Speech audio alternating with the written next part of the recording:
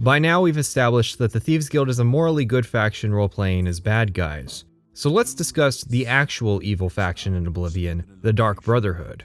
This is the work of one Emil Pagliarulo. His name's pronounced Emil, turns out. I'm keeping these lines in for posterity though. Not that he would let you forget it. What he would like you to forget is the arena, which is why it's a fitting conclusion to the factions starting and ending with the same designer. Emil Pagliarulo, in recent times, has come under fire for his work on Fallout 4, and his general mentality towards writing and how he handles criticism, which is to say, he doesn't. And then reading the reviews, of course, and hopefully, if you get lucky, ignoring the reviews, right? Thank you very much, guys. So let's take it back to the beginning, to Thief. Emil didn't work on this game. Rather, he was a popular reviewer and eventually editor-in-chief at Adrenaline Vault, who was hired on to work on 3 Thief 2 levels. 2 months after the game's release, Looking Glass Studios closed down. After 2 years of working on presumably Anachronox, Deus Ex Invisible War, and Thief Deadly Shadows at Ion Austin, Emil apparently reached out to his friend from his days at working at Adrenaline Vault, none other than the great Pete Hines, VP of Marketing at Bethesda. He also apparently knew Todd while working at Ion Austin. Yep, Emil went on to do side quest work on Blood Moon. I pointed out in the Morrowind video that the Blood Moon side quests were a bit referential, but that's a pretty good foot in the door as far as Bethesda designers go, and Oblivion was his big shot. Skipping ahead, the Dark Brotherhood was far and away considered a highlight of Oblivion. Ken Rolston left Bethesda and the lead design position was open for the taking on Fallout 3. In only 5 years and 1 game, Emil had gone from a junior designer to the lead designer at Bethesda. Bruce Nesmith, second place for his work on the Thieves Guild, would take on the lead designer role for Skyrim, with Emil getting credited as a senior designer and writer, separate from the plebs. Emil would then get Fallout 4 as lead designer again, and that was when he started getting criticized for his work. It's interesting that the games he led personally sold so poorly compared to Skyrim, the one he didn't lead. Fallout will have to come another day. For now, let's stick to his work on Oblivion. Let's keep it to this simple question. Is the Dark Brotherhood really that good? To join, you have to murder someone. Chances are, if you're playing unpatched Oblivion for more than 10 hours, you already have. Not because you're a monster per se, but because what gets counted as murder can be goofy. The Great Prince, if you do his quest and he asks you to kill him, is originally counted as murder by the game. Caminalda, the Altmer woman waylaying merchants on the Anvil Road in the Mages Guild, is another person the player may be credited for murdering if they kill her early. Umbra, if you visit her out of sequence, will also be counted as murder when killed. You'll know it when you see the words, "Your killing has been observed by forces unknown." Personally, I think this ruins the surprise of Lucien Lachance's visit when you sleep, and I don't see any benefit to the message. I do understand how the Brotherhood witnesses a murder in the middle of nowhere without having spent months tailing me, and that's the power of Sithis. Sorry, I don't know why I said it like that. Anyways, I send the adoring fan flying, and after an hour's rest at the top of this cliff, Lachance arrives to induct us into the Brotherhood. Murder's alright, but I'm not prepared to be associated with an organization that utilizes teleportation magic. That kind of criminality is a step too far. Alright, Wes Johnson, show us some vocal range. You sleep rather soundly for a murderer. That's good. You'll need a clear conscience for what I'm about to propose. Lachance isn't just one of the best-sounding characters in the game that wasn't listed in Todd Howard's star-studded cast. His character model also looks like a normal human being. Like, everyone hypes up Martin, but that face model looked mediocre at best. I'll discuss later why Lachance may have gotten special attention to his face. Right now, let's hear him out. I bear an offering, an opportunity to join our rather unique family. Now, what's great is you can kill Lachance here, ending the quest and closing you off from the Dark Brotherhood, or you can let him do it himself. Your path is clear. Send Rufio to his death, and the Dark Brotherhood will embrace you as family.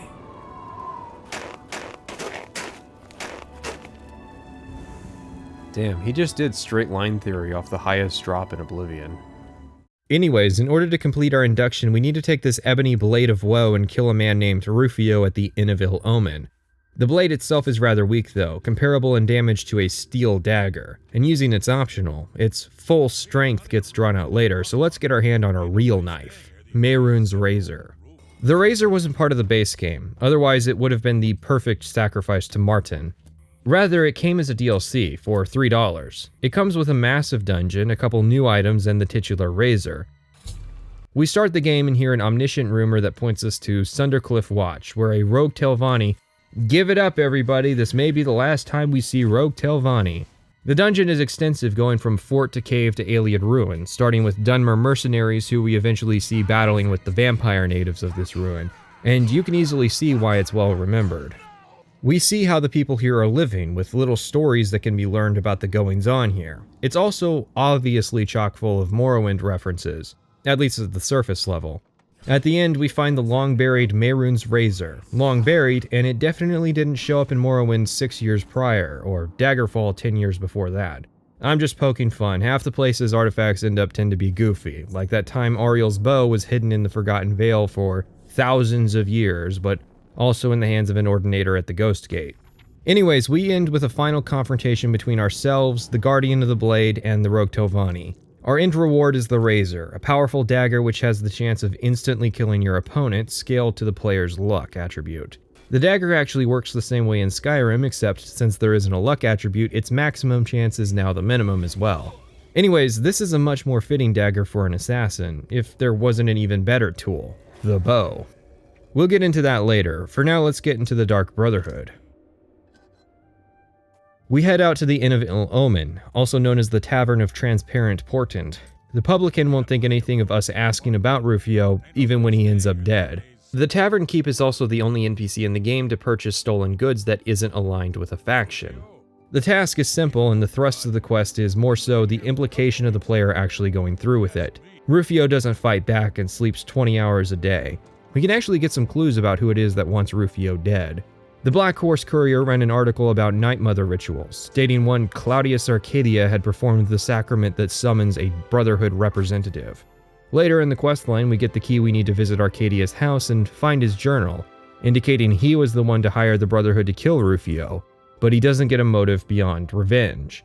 Rufio, if you manage to kill him during his waking hours, will hint that he had killed a woman. That's the extent of it, and it means we're not really bad guys. So, the deed is done. So Lucian explains the rules and structures of the Brotherhood. Makes sense. Unlike the other guilds which generally let us in for little effort, we've made a commitment to come this far. Unfortunately, this means we may have also signed up for a cult. Like Mehrunes Razor, the Dark Brotherhood was all over the place throughout the series until Oblivion. Starting as Sithis, god of death worshippers, transferring to Mephala in Daggerfall. Then it turned out that the Morag Tong were the original Mephala worshippers and the Dark Brotherhood had broken off from them. They weren't characterized as particularly religious in Morrowind. In fact, during the Morag Tong questline, they're mostly characterized as a-religious and money-focused, while the Morag Tong are the ones with values. Mephala's quest even starts in the Tong headquarters. Sithis has also undergone some back and forth in the series. He's not part of the Adric or Daedric pantheons. He started life as a generic death god and has stepped sideways into a position of representing chaos. What chaos has to do with dressing in BDSM tight leather and pleasuring yourself in the act of murder, I couldn't tell you. It's almost like it's a superficial downgrade from the pragmatic assassins of before, and no, just because one of their sprites in Daggerfall is shirtless doesn't excuse it. Every faction had half-naked sprites in Daggerfall. At best, I can say the only reason Oblivion made the Dark Brotherhood so colorful was maybe a ratings reason. Like Bethesda was worried if the professional assassins were well-adjusted people, there might be backlash. Or maybe it's just stylistically meant to be that way. Well, the game got off on the gore but ended up having hidden titty models be its downfall. Or, as I've alluded to already, it's possible Bethesda wasn't entirely comfortable with giving the player a genuinely evil faction and ratcheted up the cheese factor to 11. If you look at the fiction of the Dark Brotherhood that's in Oblivion, it's actually a sort of like dark perverted version of the Catholic Church. You know, there's the Sithis is God and the Night Mother is Mary, and I just sort of took those experiences and sort of flipped them around. I wanted to have it. I wanted it to have a certain tone, like, you know, a very sort of. I didn't want the player to be that grisly in what he did. So, like, the tone is more like, it's very sort of darkly comedic, and the player, if you do the Dark Brotherhood, the player is guilty by association. Like, I was able to, like, the other people who are in the Dark Brotherhood with you, your other family members, are like, they're like the psychotic. Like, there's the one guy who talks about, you know, killing a little girl at her birthday party, and there's everybody else is way more evil than you, but you feel guilty by association just by hanging around them. Here's your free set of shrouded armor. Outside of its marginal enchantment, you can easily do better.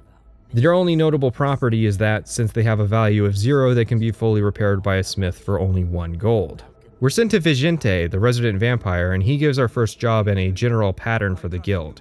You get a job, you may get an additional condition that will pay extra, and then you can ask your guildmates for advice on completing the job. Why should anyone bother with all that sneaking and skulking? Yes, of course I value our secrets, and I've never betrayed them. But using stealth to kill, it's just so weak. Bonuses? Useless, I say. Gold and magical trinkets are no substitute for the freedom to slaughter anyone I please, at any time. Oh, Gogren, your methods may be crude, but your heart is always in the right place. Our first task is to sneak aboard a ship docked at the waterfront and assassinate its captain. The first mate's been giving us trouble throughout the entire game anytime we got near the ship, which is often considering they parked it right next to my house in the Imperial City. Beautiful, isn't she? The Maria Elena. Damn fine ship, with a damn fine crew. I should know. I'm her first mate. So believe me when I tell you we don't like it when people snoop around in our affairs. Gogron figures that, since we aren't getting a bonus, we might as well go in guns blazing. It'll give us the option to use a one-liner. Also, scratch the line about Gogron killing a 6-year-old at her birthday party off your bingo card. Kill a little Nord girl. Antoinetta, meanwhile, will say the ship may be full of nooks and crannies to hide in. Thanks for the advice, guys.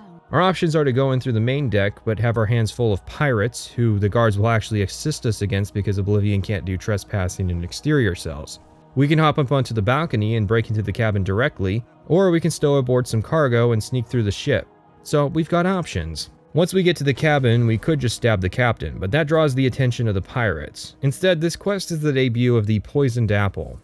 Simply place it down and then viciously hunt down every other piece of food in the area, and then after several minutes of waiting in place, watch as he eats the apple. And then spends the next 30 seconds slowly dying before eventually ragdolling in his chair. I mean, I mock it, but yeah, that's cool. I remember when Morrowind tried to poison Inquest. It didn't work that well. But how does the law feel about murder? Oblivion has made its commission murder easier than Morrowind, which is funny considering the Morag Tong had writs making the assassinations legal. There still isn't a good witness system, so you have people who can report their own murders. Murder also earns you infamy points, but only if it meets the arbitrary marker of murder. And infamy can easily be cleared out by completing a pilgrimage to the Nine Divines. The problem that leads to a lot of quick loads is the hyperactive guards. They don't just chase you through the streets now, but will now come in and pursue you into buildings as well, even going so far as to instantaneously manifest inside homes once you assault someone. God! Stop! Crime in Oblivion was at an awkward crossroads. The simplicity of Morrowind didn't work, and it wasn't as sophisticated as its Skyrim incarnation, which is why, for a lot of people, the Oblivion guards symbolize the game. But let's not be fooled. Each faction, barring the arena, starts with a quest for the players given multiple paths to completion. Surely it won't hold, right? Our next task is to assassinate a Bosmer named Bainlin, with a bonus if we drop a mounted head that hangs over his favorite chair onto his head. And yeah, it's that easy. I think this quest suffers from giving the player way too much information to start, like maybe the bonus could just specify that Bainlin needs to die in an accident, as in not be found with wounds that could point to murder or poison in his blood, and the player could work out the rest from clues in his house, like a note saying he needs someone nimble to get into the crawl space to tighten up the mounted head. It's fairly obvious this is an inheritance play, given that Bainlin's nephew moves in not long after. Our next target is Valen Dreth, our former lawyer that got us a multi-year prison sentence, in Tamriel. Actually, I find it funny that Claudius Arcadius serving a permanent sentence for hiring a murderer, but would only serve a 10-day sentence if they'd killed Rufio themselves. Hell, honestly, given my average rate in the Brotherhood, I'd say it's probably cheaper to do it yourself and pay off the bounty instead of paying the Brotherhood. Obviously, this is a gameplay concession, don't get mad. This quest is fun in that you have to retrace your steps through the tutorial and see just how short it could have been, but wasn't. Our bonus comes from completing this job without killing any guards. If the bonuses come from the clients, as is implied, It's possible whoever wants Dreth dead works at the prison and wants Dreth to die before his upcoming release. It doesn't help that the Legion had recently busted and then decided to publicize the materials of the Black Sacrament and leads for researching the ritual. Wait, I know you. You're the one. The day the Emperor was killed. They went through your cell. You lucky bastard. But you came back? Come on, you've got to help me. Let old Valen out of this cell. You've got your freedom, now give me mine. What do you say, huh? Come on, friend. Yeah, no, not after that farce you called a legal defense. What? You filthy little maggot. When I get out of here, you're dead. You hear me? Dead! Our bonus reward is the Scales of Pitiless Justice, which... Okay, so they fortify strength, agility, and intelligence by 2 points at the cost of 2 points of personality. They don't work like a typical fortify item because they aren't an equipable item, so it has to run off a script. It's just an odd item because of how not weak, but how minimal its effect is. A powerful tool indeed. I think it needed a second design pass, personally. Our next job is to cut our client with a poison knife, which will allow him to fake his own death in order to escape debt. He owes money to the wrong kind of people. Yeah, I guess owing money to the Fighters Guild can be rough. Seriously, is there a secret underground bank handing out loans to people with bad terms? Or was there a payday loan office in Breville that I just barely missed? Francois here wants us to do it in front of the unnamed organization's enforcer, and then, after a day, we're to sneak into the chapel Undercroft and revive him with the antidote. You can actually fail this if Francois dies or if we go against the terms and kill the enforcer, and the consequences are handled properly. We aren't rewarded, our rank is delayed, and our relationship with our boss is worsened. Albeit in a really extreme manner, Vigente deciding to kick our ass for messing the job up is a bit extreme. Still, I have to appreciate that the player is at least allowed to fail, despite the fact that failure is more difficult than success here. That's our final contract from Vicente, although he does have a final offer. As a vampire, I may pass my gift on to others as I see fit. You have served me well, and I choose now to extend that gift to you. Shall I use my dark powers and turn you into a vampire? Awesome, let's do it. Wait, what kind of vampire? The cosmopolitan, hide-inside-your-house starving Cyrodiilic vampire, Clan Valkalhar, what? I was stricken with vampirism 300 years ago, while on an expedition deep into the ashlands of Vardenfell. Yeah? What clan? Normally I'd hope for Ondai, but willpower's my dump stat now, so I'm really hoping for Quora. Oh, I guess he was lying since we still end up being a Cyrodiilic vampire. But our transformation won't complete until after we finish the questline because it takes 3 days, and believe me, the rest of the questline will not take that long. We're taking jobs from Ochiva now, the Argonian who greeted us at the door when we first arrived. Her first contract is to kill Phalion, an Altmer skooma addict in the Imperial City. However, our bonus is to avoid doing it in public as that would draw the attention of the Legion. We can ask Phalion's girlfriend about him, which should raise a red flag but doesn't. We can also ask Phalion, who only talks if we provide him skooma. Either path points at Lorkmir's house in the afternoon, which is where Phalion hides to do his skooma. This satisfies the condition of making the murder not public, but doesn't answer the question of who exactly wants Phalion dead. I don't think it's the girlfriend because she talks like she wants him to reform, and he's already lost all his money, so it's not an inheritance play. The publican or the Tiber Septim Hotel where the two stay, maybe. She doesn't have anything nice to say about Phalion, but that isn't a motive, especially with how dangerous the Black Sacrament would be to her reputation. A guy got life in prison for performing the ritual for actual revenge, let alone just an eviction. You can find Lorkmir, the homeowner, dead in the basement. Atrena refers to the house as deserted despite the freshness of Lorkmir's corpse, and the place is already trashed. My theory, thus, is that Phalion summoned the Dark Brotherhood upon himself, which has holes in it, I know, but we have the body parts, the dagger, the candles. The only thing that would complete this picture would be to have the Nightshade leaves too. And the Black Horse Courier literally printed the entire ritual in their newspaper, so maybe in a haze Phalion reproduced it. The only problem is, how would Phalion pay for our services? He's broke. And even if he had the money, wouldn't the brother who came to arrange the murder just stab him on the spot? Don't tell me it was made a legit contract as a challenge or test either. Bainlin was more of a test. Our bonus reward shows a similar level of amateur design. Shadowhunt's bottom 2 effects, Turn Undead and Weakness to Poison, don't actually do anything. They don't have a duration, meaning that the undead hit would flee and rally in the same second. And Weakness to Poison doesn't work for the poison of that attack. You have to weaken first and poison second. But the weakness effect would fade before then, so it's worthless. The damage value is also just a hair above steel and quickly made irrelevant by generic loot, except in weight, which is such a pedantic category to favor a weapon for. If you hold out until level 30 to get the best possible effect values, you'll already have plentiful access to Daedric bows and Grand Souls to do better. You might counter that you can't get a damage, health, and magicka effect that powerful with a Grand Soul, and I would say 1, how did they enchant this weapon? And 2, damage magicka is such a meme in a game where every enemy has regenerating magicka, especially since just focusing damage works way better in Oblivion. So we get our next quest to take care of a warlord who's taken up residence at Fort Such, and we need to make it look like his illness has taken his life by switching out his medicine with poison whilst undetected. Cool, but I think this quest highlights a problem with the general writing behind the Dark Brotherhood, which is that it fumbles a lot of the details. It feels like Rolston really needed to be more active in making sure that Emil was developing his ideas correctly. You might be surprised to learn that Warlord as a title is exceedingly rare in Elder Scrolls. It's actually more so used to describe generic high-level enemies like Orc Warlords in Daggerfall, Dreg Warlords in Morrowind, and Marauder Warlords in Oblivion than it is to describe characters like Warlord Gathric in Skyrim. That's a super minor thing, but seeing that word made it really stand out to me. Look at it like this. Rufio was staying in a place called the Inn of Ill Omen. There's a pirate ship docked in the Imperial City waterfront, feet from guards searching for the Grey Fox. Someone has hired a manservant. A prisoner is serving a multi-year sentence. An unknown criminal organization is sending enforcers to kill people on the principle of owing money. A house in a luxurious part of the imperial capital city is deserted, with a body rotting inside it and a known skooma addict using it as a den. And now there's a warlord with mercenaries controlling a fort.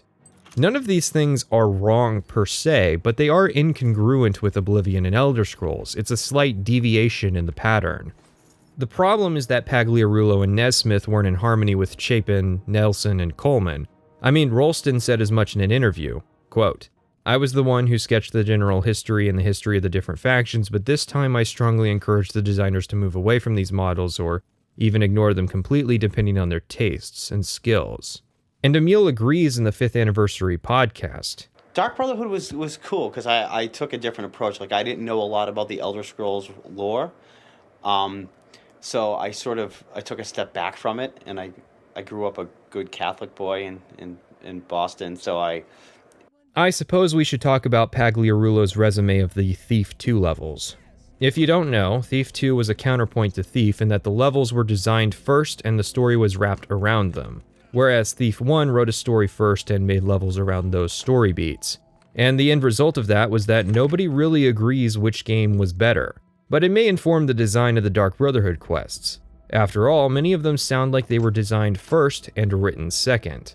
Like someone wrote down the idea, guy fakes his own death on a whiteboard, and then made a quest. And thanks to the contract nature of the Dark Brotherhood, it's able to fit together, but a lot of the missions read like whiteboard level ideas. Sneak aboard a pirate ship. Do the tutorial backwards. Replace a guy's medicine with poison. And again, it doesn't really seem to hold any advantage over, say, Nesmith's style of writing out a story first and making the missions around it. But it does have its disadvantages. Firstly, if it's fair to criticize the Fighters Guild for not entirely being about the conflict with the Blackwood Company, then it's absolutely fair to criticize the Dark Brotherhood for waiting until the halfway point to tell a consistent narrative. Note that I disagree with this notion. The Dark Brotherhood can be about contract assassinations all day. It's just a stylistic difference. But these disconnected level ideas seem to have spawned the tendency of the Dark Brotherhood to be off with the little details, because again, in a vacuum, they don't really stand out. It is kind of weird that you got the guy who worked on Thief to make the Dark Brotherhood and the guy who worked on Dungeons and Dragons to make the Thieves Guild, but I'll assume that's what they all wanted. So, how are Emil's Thief 2 levels?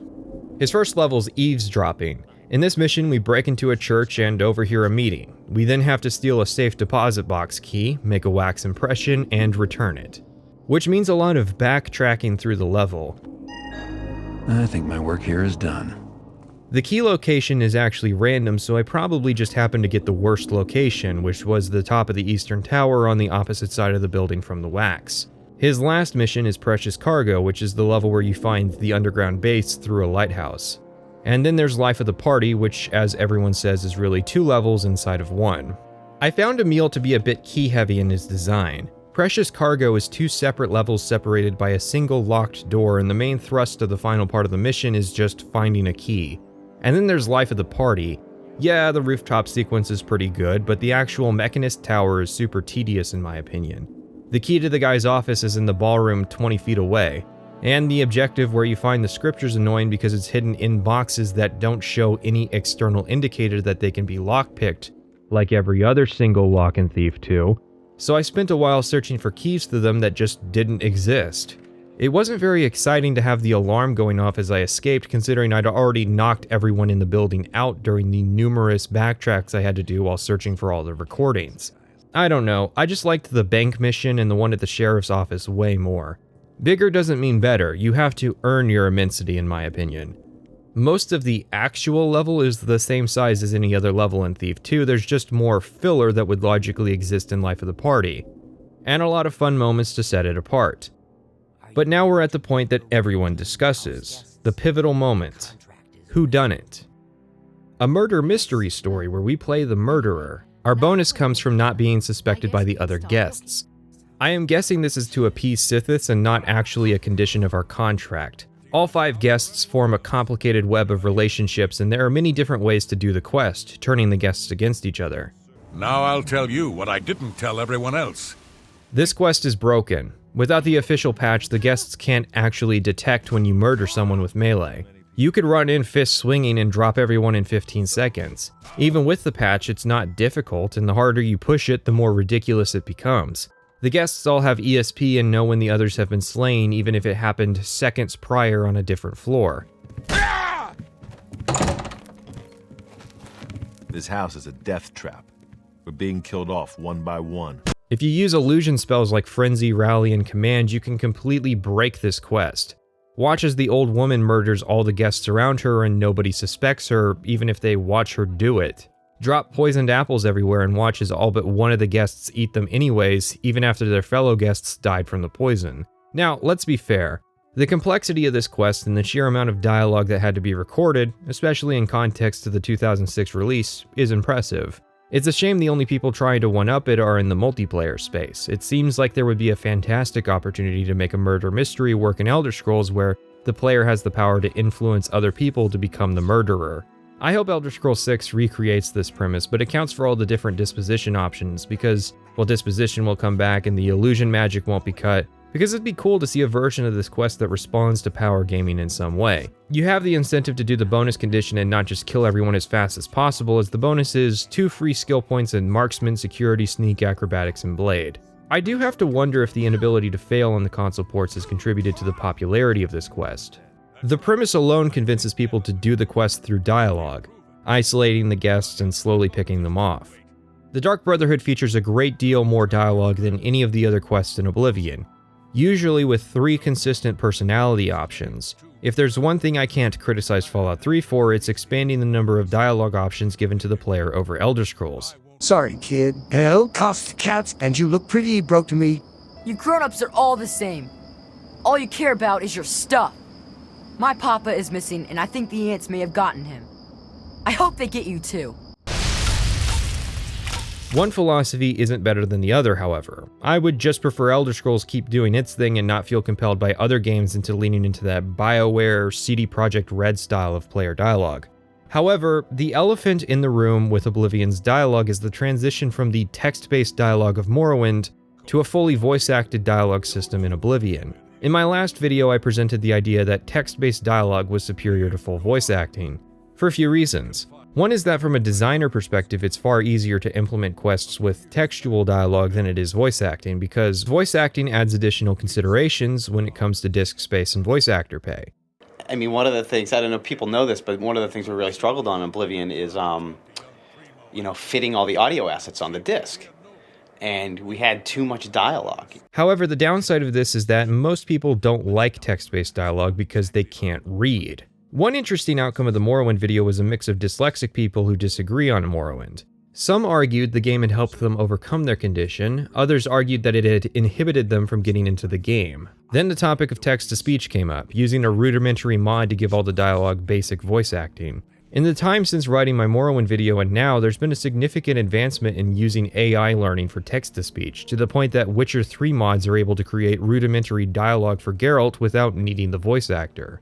Obviously, in the years since I first made this video, there have also been significant advancements in this technology. One of my big oppositions to voice acting in the Elder Scrolls was the inhibition of quest mods. My first run-in with this was the Falscar mod back in 2013. Less the mod area itself, and more the contrast in quality from the regular NPCs to the one in Skyrim. That element of textual dialogue being a benefit for designers goes doubly so for modders who don't have as consistent access to voice talent. OBVA, however, is a tool created for mod makers to synthesize new dialogue using AI trained on the game's existing dialogue.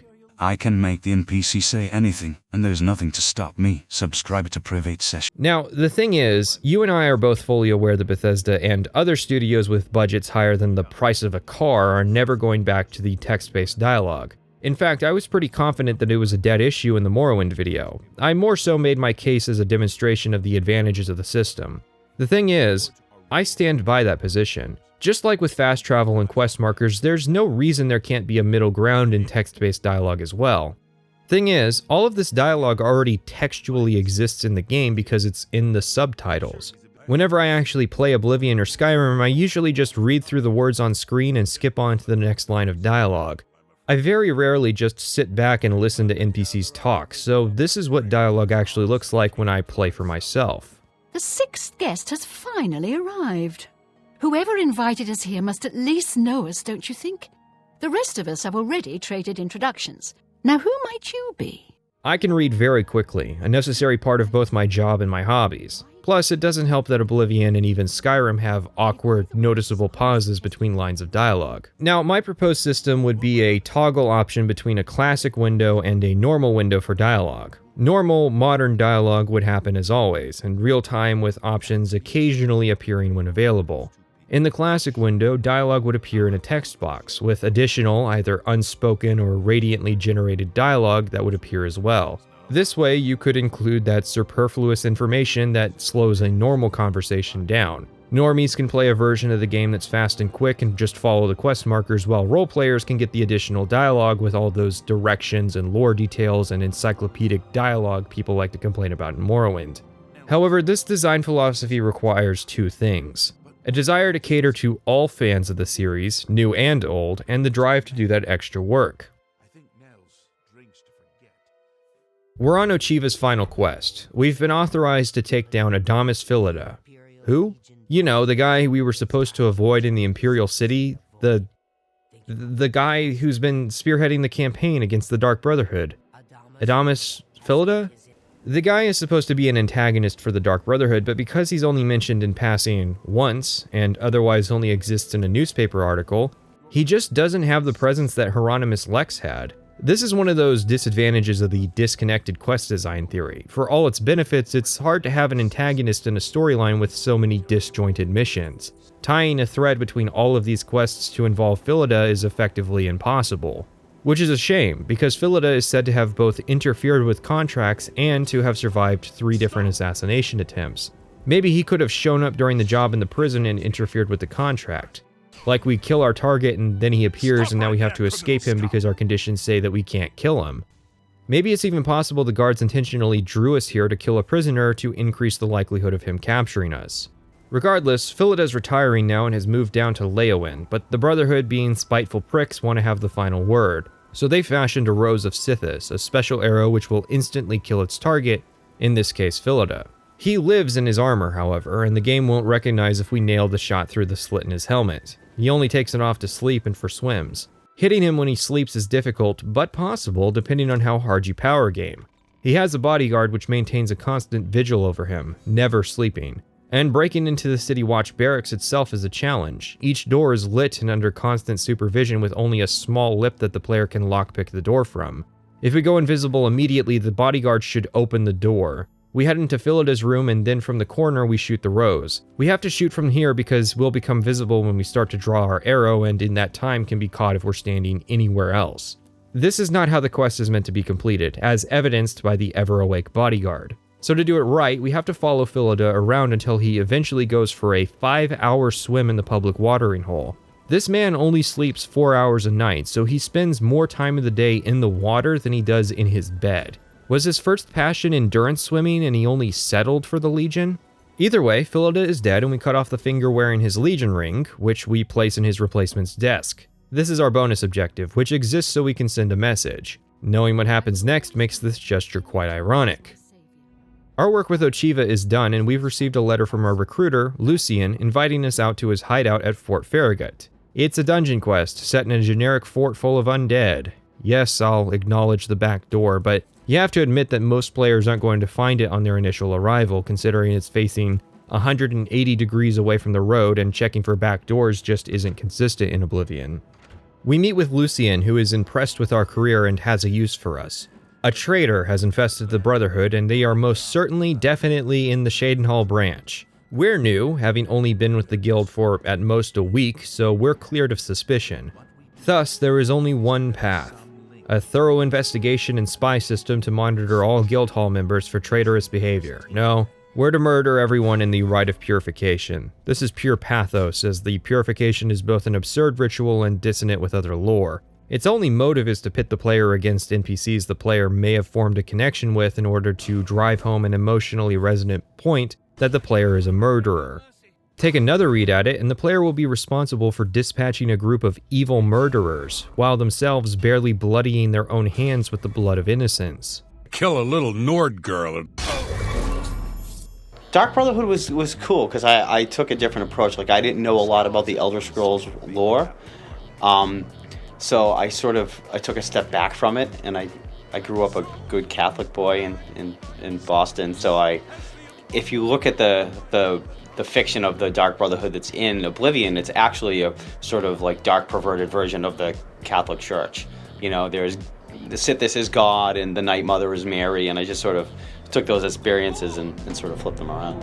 I wanted to have to have a certain tone, like, you know, a very sort of I didn't want the player to be that grisly in what he did. So, like, the tone is more like, it's very sort of darkly comedic, and the player, if you do the Dark Brotherhood, the player is guilty by association. Like, I was able to, like, the other people who are in the Dark Brotherhood with you, your other family members, are like, they're like the psychotic. Like, there's the one guy who talks about, you know, killing a little girl at her birthday party, and there's everybody else is way more evil than you, but you feel guilty by association just by hanging around them. And in a game like Oblivion, where you kill hundreds of people through the course of the game, what makes it special about being an assassin? You know what I mean? Big deal, I can kill people. If you just think about it, how many people that Gordon Freeman killed? So that's why I try to, like, work in some of the novelty, like, you know, dropping the head on the guy and, you know, It's obvious, again, that the idea came first. Some of the assassins in the Sanctuary have strengths and weaknesses the player can account for, like placing garlic on Vicence's person to weaken him. The player can also miss out on 2 quests if they rush the quest line, like losing the chance to be properly sired as a vampire, or the Renegade Shadowscale quest. The Shadowscale quest is interesting. One of the titular Shadowscales, an Argonian born under the Shadow Sign, has broken the code by abandoning his life in the Brotherhood. It's kind of weird that Shadowscales vow not to harm other Shadowscales, because how are they normally supposed to deal with situations like this otherwise? We track the Shadowscale down and he presents us a choice. We can take our proof, a Shadowscale heart from a nearby corpse, and he'll tell us where some loot is. Or we can kill him and take his heart. Or we play both sides, taking the false heart, getting the treasure's location, and then killing the traitor. Your choice is entirely based on your character's thought process. Wait, why is there a Shadowscale corpse here? Were they dispatched to take care of him? What about that vow? Anyways, we wipe out the Sanctuary, and we're now officially a member of the Black Hand. The Black Hand is a reference to the Serbian secret society responsible for a couple of high-profile assassinations, including Franz Ferdinand, which resulted in the crisis leading to the First World War. The organization works like this. There's a listener who deals with the Night Mother, and there are 4 speakers. Each of these speakers, in addition to presumably having their own sanctuary, have a personal silencer, which is the role we now fill for Lucian. We never see any of the other sanctuaries. We're told they exist, but that for the secrecy of the guild, we can't know about them. Which makes it weird that we so consistently operate outside of Shadenhall, considering there must be sanctuaries in at least a couple of the cities we operated in. Just seems inefficient to have a Shadenhall guy performing jobs in Coral or Leowen if there happens to be a sanctuary there. That's all I'm saying. This marks the beginning of the second half of the guild, where we receive our next orders with our payment from the prior job at various locations across Cyrodiil. We've also been gifted Shadowmere, an immortal and powerful horse, and we ride off to the first dead drop. Give me more of what I really need, 'cause there is no cock like horse cock. Send your asshole into shock. Shadowmere is the fastest horse in the game, in addition to not being able to die, which is funny considering you can still get him a nice set of horse armor. Our first task is to drop a necromancer going through the process of becoming a lich. We find his journal where he spends an entire paragraph discussing at length about how he must never lose his phylactery during the process, and it's done. This is another one of those whiteboard ideas that probably didn't get as much time as was hoped. The dead drop quests are markedly simpler than the prior Dark Brotherhood quests, so I posit a theory that all the quests were created and then the ideas that got developed ended up as sanctuary quests, and the ideas that ended up just being go to X and kill Y ended up as dead drop quests. Emil Pagliarulo's big secret is a classic trick that all creatives consider at some point. Put your best foot forward. Even if your work is terrible, if the first section can hold people, that increases your likelihood of success. That's why the questline starts with a good-looking NPC using a unique voice who proceeds to disappear for 90% of the questline. Indeed, it's interesting how many people praise the Dark Brotherhood while glossing over the latter half of the questline. It's really telling that everyone's example of the quirky dialogue is the line where Gogron says he killed the little girl because it's the first piece of advice Gogron gives the player. Emil started strong, but it's obvious he didn't get to fully develop all of his ideas. Anyone who made it this far is going to ride out the rest of the questline, so it doesn't have to be as good. Next of kin has us killing a mother and then using a shopping list to track down her 4 children. Note that by this stage we have long given up on hinting who hired the assassins. After this, we're sent to kill a martial artist in Bruma. No, not the master hand-to-hand trainer. Then we take on a psychopathic murderer hiding in a cave. Then we get to our other standout where we have to track down a mobile merchant who travels Cyrodiil over the course of a week. What's the news from the other parts of Tamriel? Rumor has it the Nerevarine has left Morrowind on an expedition to Akavir and has not been heard from since. It seems that these are turbulent times in the land of the Dunmer. Not only is it a standout for using a schedule and the actual in-game weekdays as a method of working out its location rather than a quest. Oh, no, sorry, we're still given a quest marker. You have the choice of ambushing him on the road, murdering him at an inn, or poisoning him with mead, which he's allergic to. It's also possible he'll have long since died while traveling the road since he's never flagged as essential. Which, this is the point of essential flags, isn't it? To make sure quests don't end before they start? We're then sent to get revenge on a Nordic murderer who fled Solstheim. And finally, a Bosmer in Breville who likes to pray to the statue of the Lucky Lady. Lucian arrives and congratulates us on a job well done, and we're promoted to the leader of the faction. The third dead drop is an obvious, marked change in the nature of the targets we go after. The dead drop orders icons change from a neat letter to a torn out page icon, and the prose of orders changes markedly as well. Lucian's writing and spoken tone lacks emotional inflection, his coldness spilling onto the page. After the second mission, the writing is suddenly much more emotional and plays more on our emotions as a killer. We've been taken for a ride, and despite possibly immediately noticing the change, there's nothing the player can do about it except play the fool. You can't return to Lucian as he'll go mysteriously missing until after Ungolum's death in Breville. You also can't speak to any of the targets who become immediately obvious as either skilled assassins or speakers with hints littered all over. Indeed, our most recent target was the listener of the Dark Brotherhood himself, despite there still being more speakers and silencers to kill. This questline is as cynical as it gets about the player, so sure that they will just follow the quest markers and not notice any clues as to not provide the player with any measure of escaping this trap. So Lucian's pissed, naturally. Except the Black Hand is apparently blaming him and not us. No, we were just following orders, which, okay, that's true. But if the Black Hand is suspecting Lucian, he should be able to make an easy case by pointing out all the targets and dead drops Lucian assigned us that we just didn't do. Anyways, rather than doing the smart thing and coming with us to Anvil to our next dead drop to investigate it, he instead decides to wait at Apple Watch, despite stating that he's being pursued by the Black Hand. Okay, buddy, it was nice knowing you. At our next dead drop, we confront the person who drops it off, but it's just a Bosmer, and Bosmer can't be villains, so you're free to go. He points us at the lighthouse, and after an intimidation play, we make it into the cellar.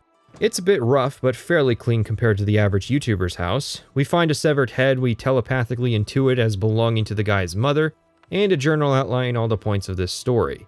This kid watched his mom get assassinated by Lucian, so he joined the Brotherhood and has been slowly climbing the ranks until the day that he felt confident he could assassinate the entire Black Hand and the Night Mother herself. So, Lucian's been murdered, naturally, and it doesn't matter if we slap the members of the Black Hand with the journal itself, all of them will refuse to listen and our character will refuse to speak, because this is a theme park and we're along for the ride. At midnight, we speak to Arquin, who utilizes illegal teleportation magic to transport us to Breville. I'm sorry, murder's one thing, but there's no coming back from a crime like this. Luckily, most of these characters die when the traitor reveals themselves and we put him down. He did miss a spot, though. Honored listener, I offer myself as your humble servant and guide. Please allow me to mentor you in your new role. I don't need you. You're lucky you're flagged essential. So Bellamont was the traitor, and the only flaw in his plan was that the Night Mother's a ghost. She's known all along that he was a traitor, which, like, is she omniscient? Her seeing the rituals is fine, as well as her being able to watch her members of her cult. It's all tied to her. But apparently she sees everything and elected not to tell anyone because she wanted this outcome. Okay, if Mr. Next Listener Lucien Lachance was actually fated for that position, then you didn't see this coming. Also, the purification is not complete. There's still one dumbass left to kill. But I know what you're thinking. The Night Mother has the benefit of her patron, Sithis, right? If you believe in Sithis as an entity, you are being had. This is Mephala, anticipation of Vivek. She's big into murder and deception, so much so that she's the Daedric prince of those concepts. And this is Sithis. He's a tumor. Despite representing the general concept of chaos as a dualistic counterpoint to Anu, who represents the general concept of order, the writers have tried to cram Sithis into the mythos as a more active entity. The book Fire and Darkness, which can be found during the Thieves Guild and not the Dark Brotherhood, attempts to make the claim that the Morag Tong were in fact actually Sithis worshippers, which would have no doubt been of immense interest to Vivek. The book makes what are likely intentionally poor arguments for this position, like that the Morag Tong assassins wrote poetry that were clearly dog whistles for Sithis worship. Guys, you have to trust me on this one, okay? It's clearly wrong.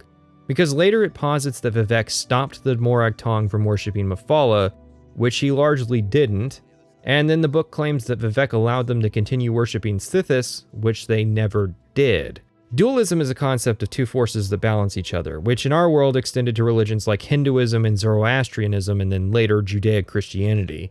The idea is that you have a good god, Anu, that all the beggars praise, and you have a bad god, Padme, aka Sithis. Anu represents order, Sithis represents chaos. Reality then exists in the balance of these two forces. Too much Anu is how the world was before this conflict, orderly and dead. Too much Sithis is how the world was during the Mythic Age, chaotic and difficult to live in. Both entities have been anthropomorphized by various religious sects on Nirn, but unlike the Aedra and Daedra, which were verifiable entities that either used to or continue to interact with worshippers, Sithis and Anu don't. The closest we get to Anu doing anything is Anuiel in the Altmer pantheon, whose sole action was giving Auriel his bow to kill Lorcan. In effect, this is a metaphorical explanation for why Auriel, aka Akatosh, filled the position of Time God, which was Anu's domain as the conception of order. What about Padme, aka Sithis? Padme, like Anu, only made a vicarious contribution to the world, which was his son, Lorcan. If you're not getting the picture yet, Lorcan and Akatosh are the actual gods, and they simply each have a dualistic conception assigned to them. Akatosh got order, Lorcan got chaos. But what about all the meddling Sithis does? He sends wraiths down to attack the player if they break tenets 4 and 5, and, well, that's basically it. And there's nothing there to indicate that Mephala isn't the one doing that. But we get the word of worshippers of Sithis who all end up being to some degree insane latex-bound fetishists trying to justify their actions. Okay, but the Night Mother mentioned Sithis as well, even though the Night Mother is almost certainly just Mephala in disguise. In essence, I posit that the worship of Sithis is a ruse made up by Mephala and probably Lorcan to some extent. We get access to Deepscorn Hollow, a DLC home for evil characters. Notable is that it has a shrine to Sithis, which depicts a statue of a robed man missing a heart, which is a very striking visual choice to make when designing the statue. It's probably that this visual representation is inspired by Lorcan. There are some other features of the house. We get a cattle cell containing a sleeping person that we can feed on, we get a small garden full of various poisonous plants, and we get the font of renewal, which will cheaply and easily cure vampirism at any time without much effort. Given we just got this power and we already have a means of removing it, let's discuss vampirism.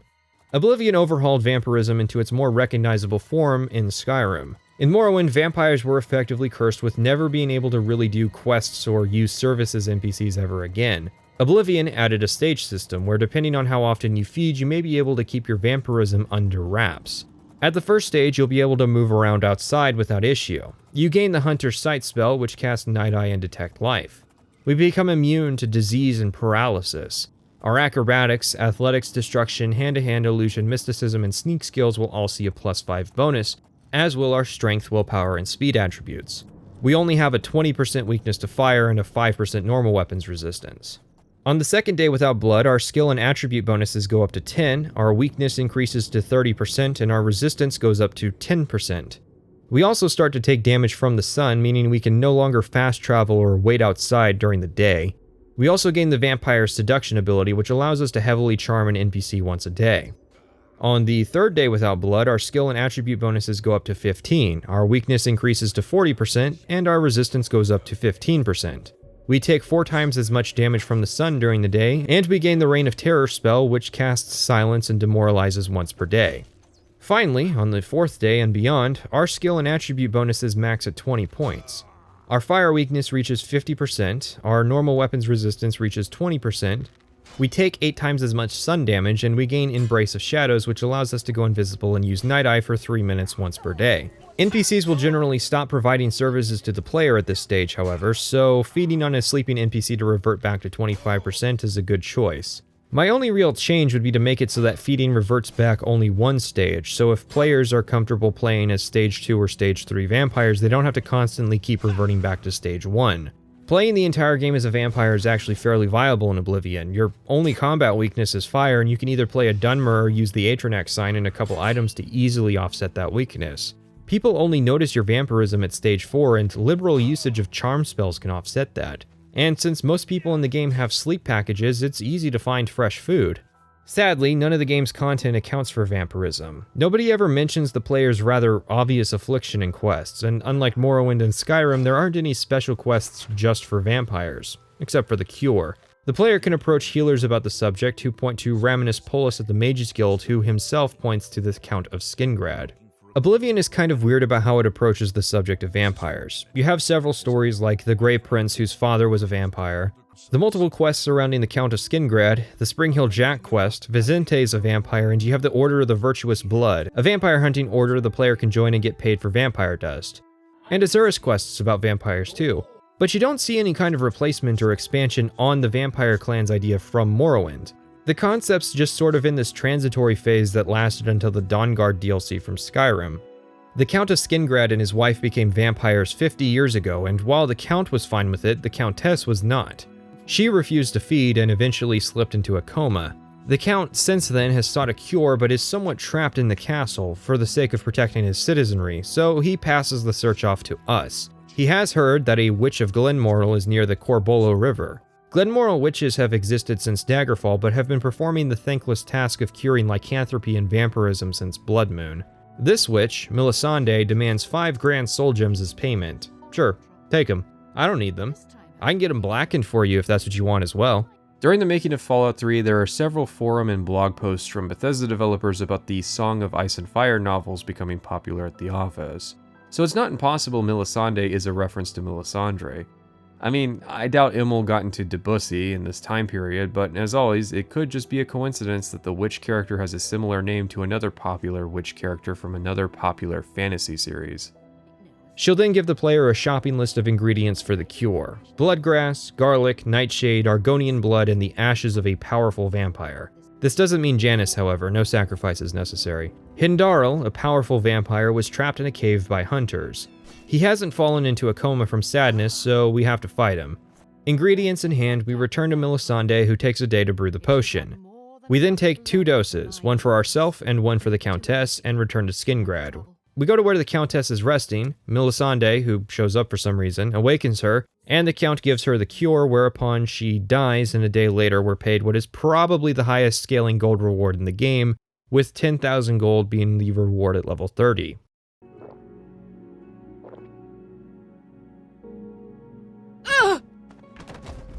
People actually consider this quest particularly lengthy.